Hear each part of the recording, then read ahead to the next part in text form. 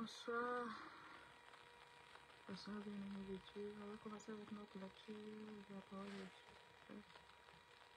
Dieu du 15 environ 2023.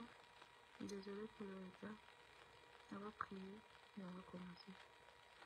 Disons merci Seigneur Jésus pour ta grâce, pour ta bonté, pour ta fidélité, pour ta magnificence, pour ce que tu sais de faire dans notre vie. Merci pour ta grâce Seigneur Jésus. Tu nous as gardés durant toute la journée. Tu nous as accordé, Papa, ta faveur, ta grâce, oui, Père. Voilà que nous allons lire ta parole, Père, te demandons enfin que tu étends ta main bénédiction sur nous. Ouvre notre intelligence à comprendre et à mettre en pratique, Seigneur Jésus. Viens par là nos cœurs, oui, l'Éternel Dieu, nous avons besoin de toi et nous voulons écouter ta voix, l'Éternel. Tu es le Dieu qui peut tout et qui sait tout, Papa. Étends ta main puissante sur nous et manifeste-toi puissamment dans nos vies. C'est au nom de Jésus que nous t'avons prié. Amen. Notre première lecture de la parole de Dieu se trouve dans le livre de 1 Chronique, chapitre 3. 1 Chronique, chapitre 3. Voici les fils de David qui lui naquirent à Hébron. Le premier-né, Amon, d'Ashionam, d'Israël. Le second, Daniel, d'Abigaël, de Carmel. Le troisième, Absalom, fils de Maca, fille de Talmaï, roi de Géshur. Le quatrième, Adonijah, fils de Gagit. Le cinquième, Shephatia d'Abital. Le sixième, Jitrem, Egla, sa femme. Ces six lui naquirent à Hébron. Il régna là 7 ans et 6 mois, et il régna 33 ans à Jérusalem. Voici ceux qui lui naquirent à Jérusalem: Chiméa, Shobab, Nathan et Salmon. 4 de Beth-Shua, fille de Amiel. Shibha, El-Shama, Eliphelet, Noga, Nepheg, Japhia, Elishama.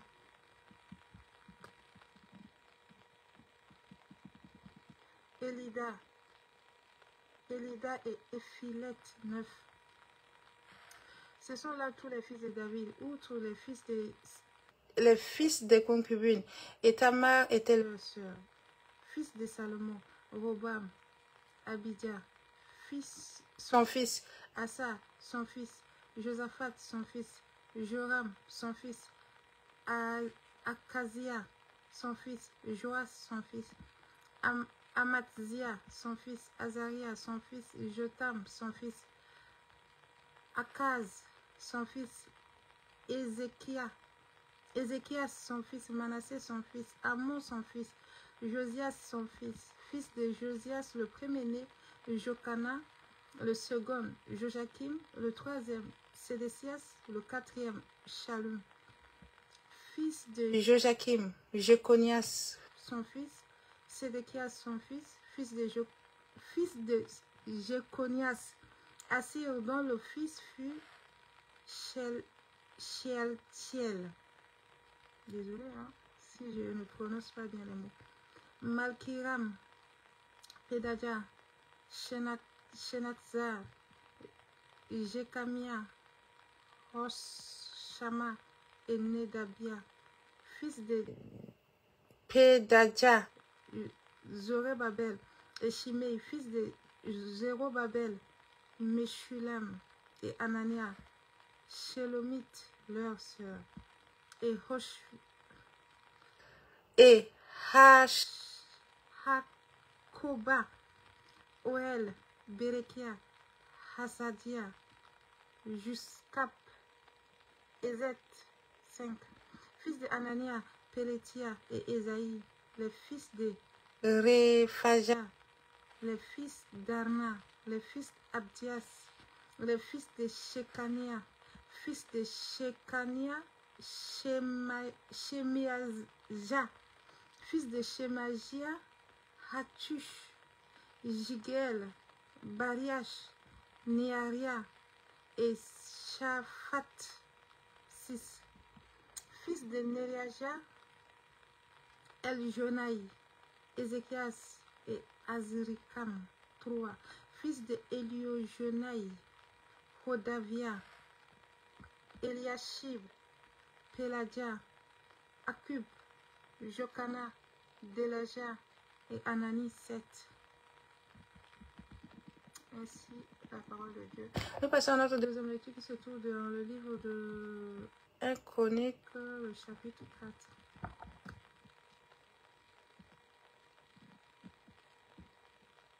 1 Chronique, chapitre 4. Fils de Juda, Péré, Hesbon, Carmi, Hur et Shobal.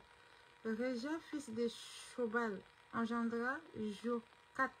Jocat engendra Akumaï et Lahad. Ce sont les familles des Torétiens. Voici les descendants du père d'Étam, Jisraël, Jisma et Jibash. Le nom de leur sœur était Hatseleponi. Pénuel était père de Gédor et Ézer le père de Husha. Ce sont là le fils de Hur, préméné de Ephrata, père de Bethléem. Ashkur, père de Tekoa, eut 2 femmes, Elia et Nara. Nara lui enfanta Akuzam, Epher, Temeli, Akastari. Ce sont là les fils de Nara, fils de Hélia, Seret, Soar et Etna. Kost engendra Anub et Hassobeba et les fils de Arkahel, fils de Harum.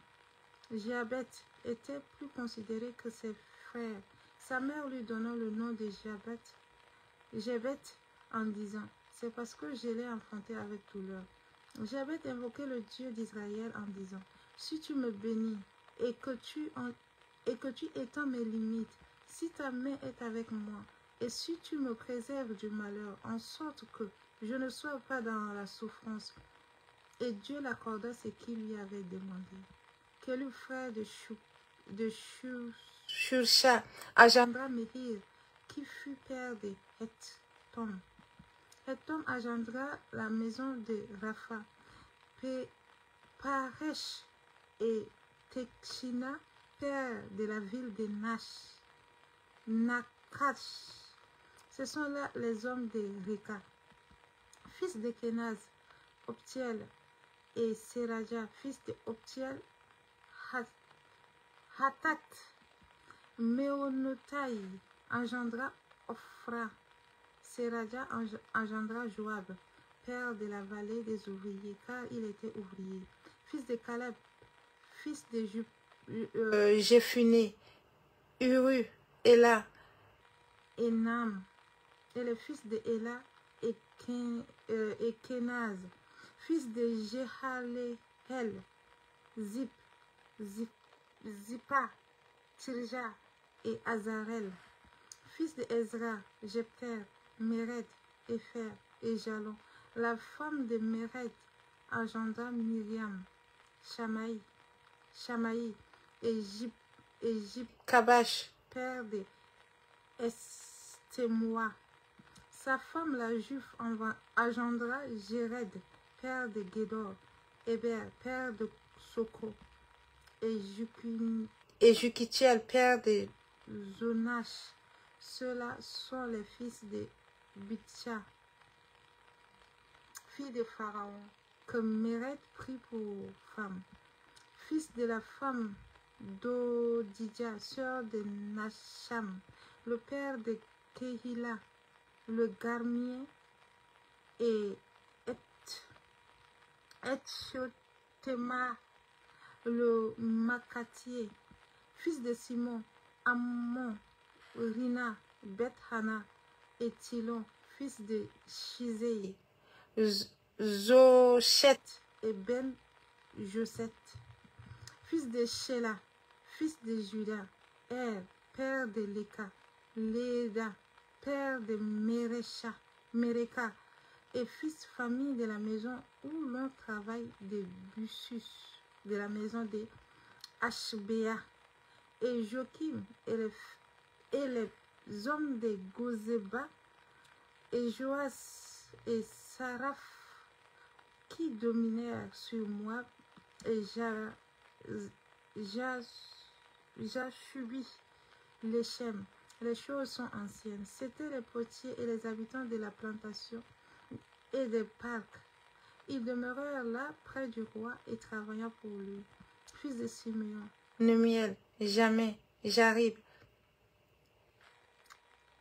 Zerach, Saul, fils de Saul, Shalum, Mibsam, son fils Misham, son fils de Misha, Mishma,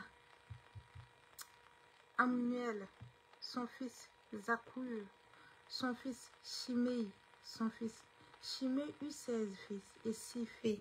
Ses frères n'eurent pas beaucoup de fils. Et toute leur famille ne se multiplièrent pas autant que les fils de Juda. Et ils habitent à Beersheba, à Moulada, et à Hatzar Shual, à Bila et à Essem, à Tolad, à Bethuel, à Horma, à Siglag, à Beth, à Marobot, à Hatzar Suzim, à Beth Berei et à Sharaim. Ce furent là leurs villes jusqu'à le règne de David et leurs villages. Il avait encore Étam, Aïn, Rimon, Token, Askra, 5 villes, et tous les villages aux environs de ces villes jusqu'à Baal. Voilà leur habitation et leur généalogie. Mekobat, Jamlek, Joska, fils de Amatzia, Joël, Jehu, fils de Joshibia, fils de Seraja, fils de Aziel, Eljonai, Jokoba, Jeskokaja, Asaja, Adiel, Jesimiel, Benaja, Ziza, fils de Shifei, fils de Alon, fils de Jedaja, fils de Shimri, fils de Shemeaja. Ceux-là désignés par leur nom étaient princes dans leur famille, et leur maison paternelle prit un grand accroissement. Ils allèrent du côté de Guédor jusqu'à l'orient de la vallée, afin de rechercher des pâturages pour leurs troupeaux. Ils trouvèrent des gras et bons pâturages et un pays vaste, tranquille et paisible, car ceux qui l'habitaient auparavant descendaient de Cham. Ces hommes inscrits dans leur nom arrivèrent au temps d'Ézéchias, au roi de Juda. Ils attaquèrent leurs tentes et leurs ammonites qui se trouvaient là, et ils dévorèrent par l'interdit jusqu'à ce jour. Et ils s'établirent à leur place, car il y avait des pâturages pour leurs troupeaux. Il y eut aussi des fils de Siméon qui allèrent à la montagne de Sir, et au nombre de 500 hommes. Il avait à leur tête Palatia, Néria, Rephaja et Uziel, fils de Jisei. Ils bâtirent le reste des réchappés d'Amalek, et ils s'établirent jusqu'à ce jour, jusqu'à la parole de Dieu. Amen. Notre troisième lecture de la parole de Dieu se trouve dans le livre de Amos. Amos chapitre 3. Écoutez cette parole que l'Éternel prononce contre vous, enfants d'Israël, contre toute la famille que j'ai fait monter du pays d'Égypte.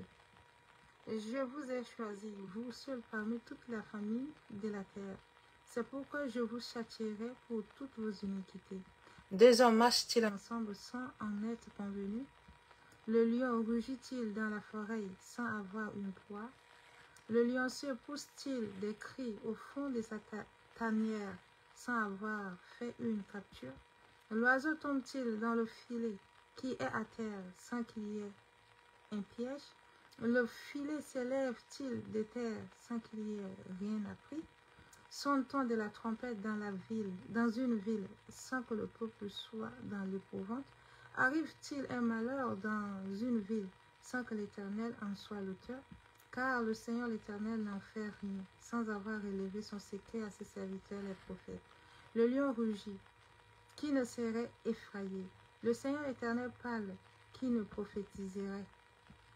Faites retentir votre voix dans les palais d'Astod et dans les palais du pays d'Égypte, et dites, rassemblez-vous sur les montagnes de Samarie, et voyez quelle immense confusion au milieu d'elle, quelle violence dans son sein. Ils ne savent pas agir avec droiture, dit l'Éternel. Ils s'entassent dans leur palais les produits de la violence et de la rapine. C'est pourquoi ainsi parle le Seigneur Éternel. L'ennemi investira le pays, il détruira ta force, et tes palais seront pillés.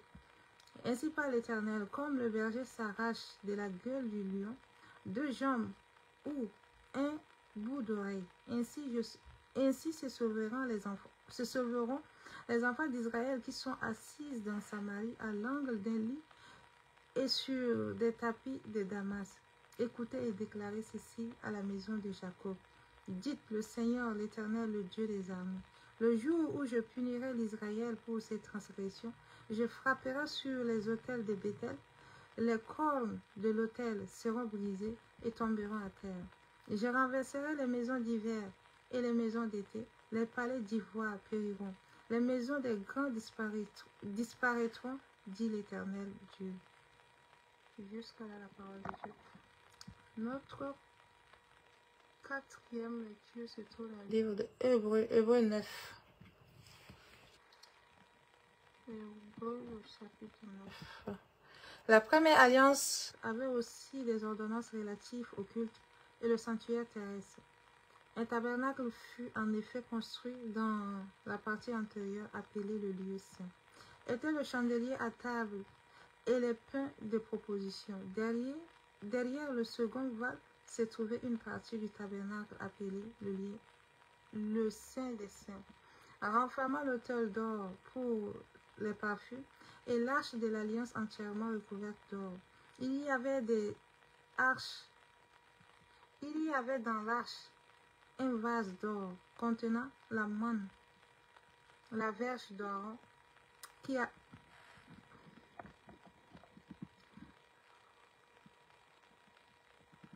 contenant la manne et la verge d'Aaron qui avait fleuri et les tables des alliances. Au-dessus de l'arche étaient les chérubins de la gloire couvrant et leur ombre la propitiatoire. Ce n'est pas le moment de parler en détail là-dessus. Or, ces choses étant ainsi disposées, les sacrificateurs qui font le service n'entrent en tout temps dans la première partie du tabernacle, et dans la seconde, le souverain sacrificateur seul entre une fois par an, sans y porter le sang qu'il offre pour lui-même et pour les péchés du peuple. Le Saint-Esprit montrait par là que le chemin du lieu très saint n'était pas encore ouvert, tant que le premier tabernacle subsistait. C'est une figure pour le temps actuel, où l'on présente des offrandes et des sacrifices qui ne peuvent rendre parfait sous le rapport de la conscience celui qui rend ce culte, et qui, avec les aliments, les boissons et les diverses ablutions, étaient les ordonnances charnelles, imposées seulement jusqu'à une époque de réformation. Mais Christ est venu comme souverain sacrificateur des biens à venir. Il a traversé le tabernacle plus grand et plus parfait qui n'était pas construit de main d'homme, c'est-à-dire qui n'est pas de cette création. Il est entré une fois pour toutes dans le lieu saint, non avec le sang des boucs et des veaux, mais avec son propre sang, ayant obtenu une rédemption éternelle.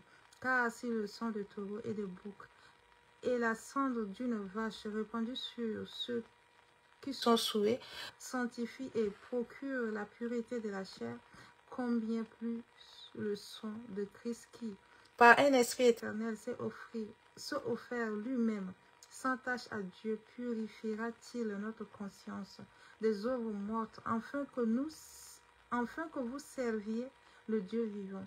Et c'est pour cela, qu'il est le médiateur d'une nouvelle alliance, afin que, la mort étant intervenue pour le rachat des transgressions commises sous la première alliance, ceux qui ont été appelés reçoivent l'héritage éternel qui leur a été promis. Car là où il y a un testament, il est nécessaire que la mort du testateur soit constatée.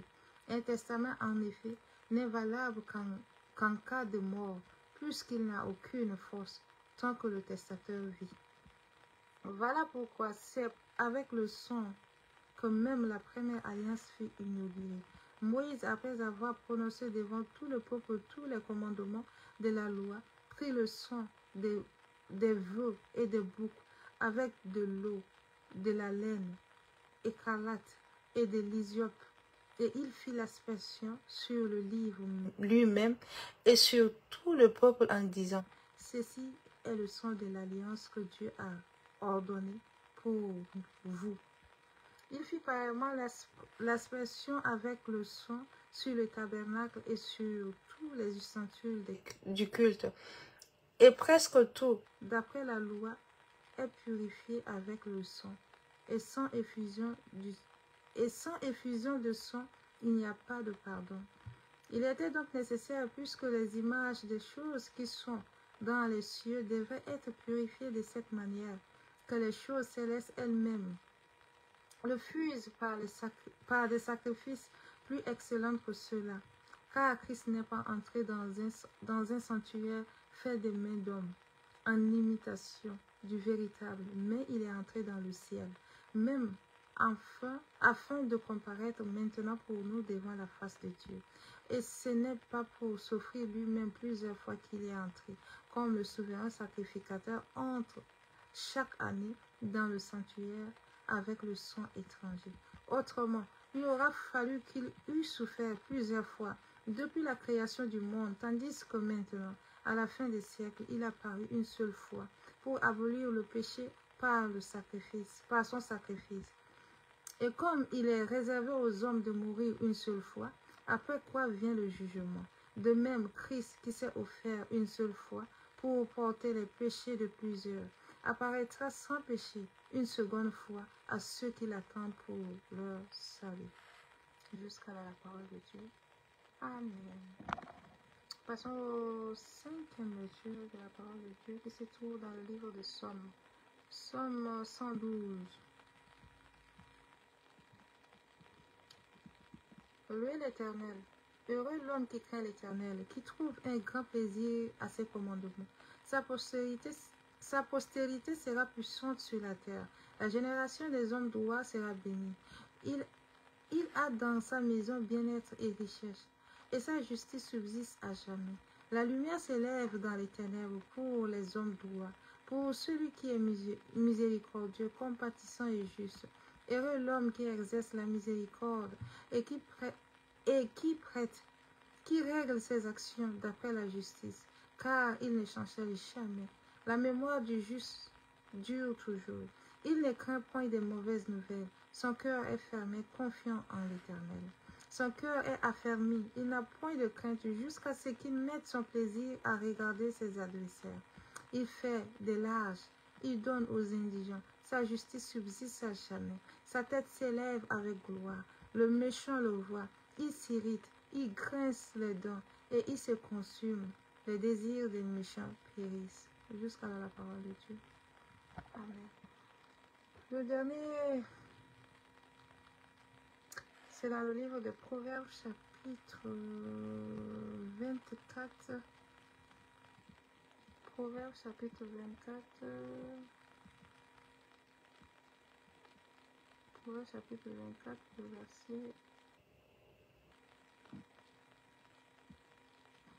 verset 17. Tout comme le fer aiguise le fer, l'homme s'aiguise au contact de son prochain. Jusqu'à là la parole de Dieu. Ainsi nous avons fini pour La journée d'aujourd'hui, on va prier. On va commencer par une prière. On va finir aussi par une prière. Nous allons le grâce à Dieu. Seigneur Jésus, nous te bénissons pour ce moment que tu nous as accordé. Merci parce que ta parole, oui, Papa, a retenti dans notre cœur. Nous l'avons écouté, oui, Père. Et étant ta main bénissante, afin que le malin ne vienne pas voler, et que l'Éternel nous l'appliquons cela chaque jour à notre vie, Papa. Aide-nous, oui, Papa, à compter nos jours. Aide-nous à pratiquer ta parole. Aide-nous à marcher selon ta parole et rends-nous obéissants selon ta parole éternelle. Nous te bénissons, nous te disons merci pour ce temps. Nous te disons merci pour ceux qui ne sont pas encore connectés. Nous te disons merci pour ceux qui sont connectés. Et l'Éternel, que ta parole, oui, l'Éternel, prend effet dans la vie de tous ceux qui écoutent. Merci, Papa, pour ce temps. Merci pour ta grâce infinie. C'est au nom précieux, Seigneur Jésus, nous t'avons prié. Amen.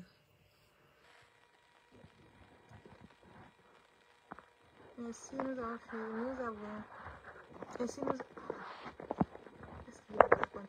Nous avons déjà fini pour la journée d'aujourd'hui. Que Dieu vous bénisse et à demain. Pour ceux qui sont le 15, pour ceux qui sont le 16, bonne journée à vous.